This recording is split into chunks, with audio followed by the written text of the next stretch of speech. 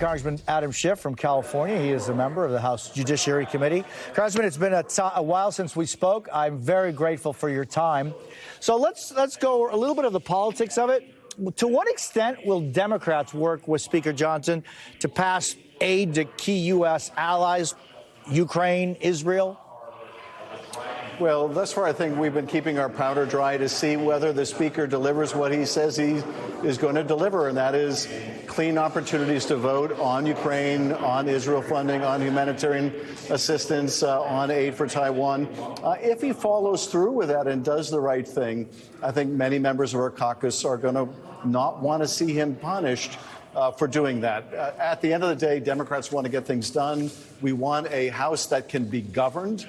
If we're not in the majority, we need at least a Speaker who can bring things to the floor without constant threat of being unseated by the most extreme elements of his conference. So my guess is a fair number of our members are going to want to help if that's necessary. But we'll make that decision in consultation with our leadership. So the possibility, a very real possibility, is that Speaker Johnson could only survive with support of some Democrats. If that were the case, would you vote for that? Well, that support could take a number of different forms. That support could take the form of Democrats simply, many of them, not voting on a motion to vacate. And that way, he wouldn't need Democratic votes. It would be up to Republicans. So we would only be helping to the extent of not voting.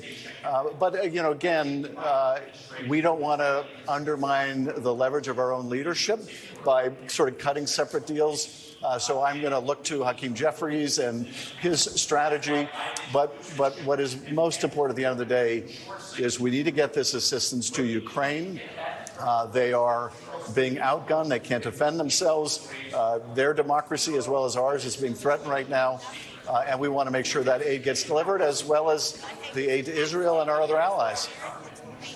Yeah, and Congressman, we're showing a live picture of Congresswoman Marjorie Taylor Greene, who was speaking just outside on the Capitol there. She is obviously the first person to call for the removal of Speaker Johnson. So while that is going on, Congressman, I want to help, if I could, focus on some of the other aspects of news that we're covering around the world. And, of course, here in the States today, in New York, jury selection happening for the first criminal trial facing a former President Trump. As someone who served as a lead prosecutor in his first impeachment trial, what do you make of how these proceedings are going so far?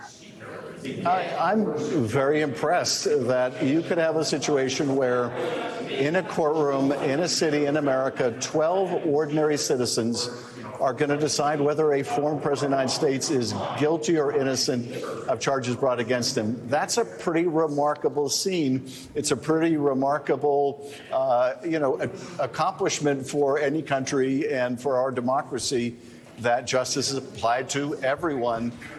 And the fact that they've gotten through what may be half of the jury selection already is remarkable. The fact that opening statements could begin as soon as next week is quite incredible. And since justice has been so long delayed in the case of Donald Trump, with his legal team successfully putting off this reckoning, putting off that reckoning, to finally have him have to face justice is, I think, quite an affirmation of the system, finally.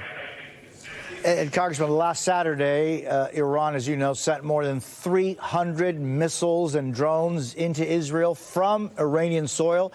Israel is expected to respond in some way any time now. Is an escalation unavoidable? I don't think it's unavoidable. Israel is going to have to obviously decide how it will respond and when it responds. Israel will respond knowing, on the one hand, they have to deter Iran from attacking them on their own soil again. That crossed the line. But at the same time, that it's not in Israel's interest to open a second front and have, potentially a full second war with, for example, their proxy Hezbollah in Lebanon, and have to fight a war in the north as well as the war they're fighting in the south. So Israel's going to have to make that calculation about how do they provide the deterrent without escalation, because I don't think escalation is in anyone's interest here. Congressman Adam Schiff, I can't thank you enough for being with us this morning. I always appreciate your time. Let's continue our conversation going forward.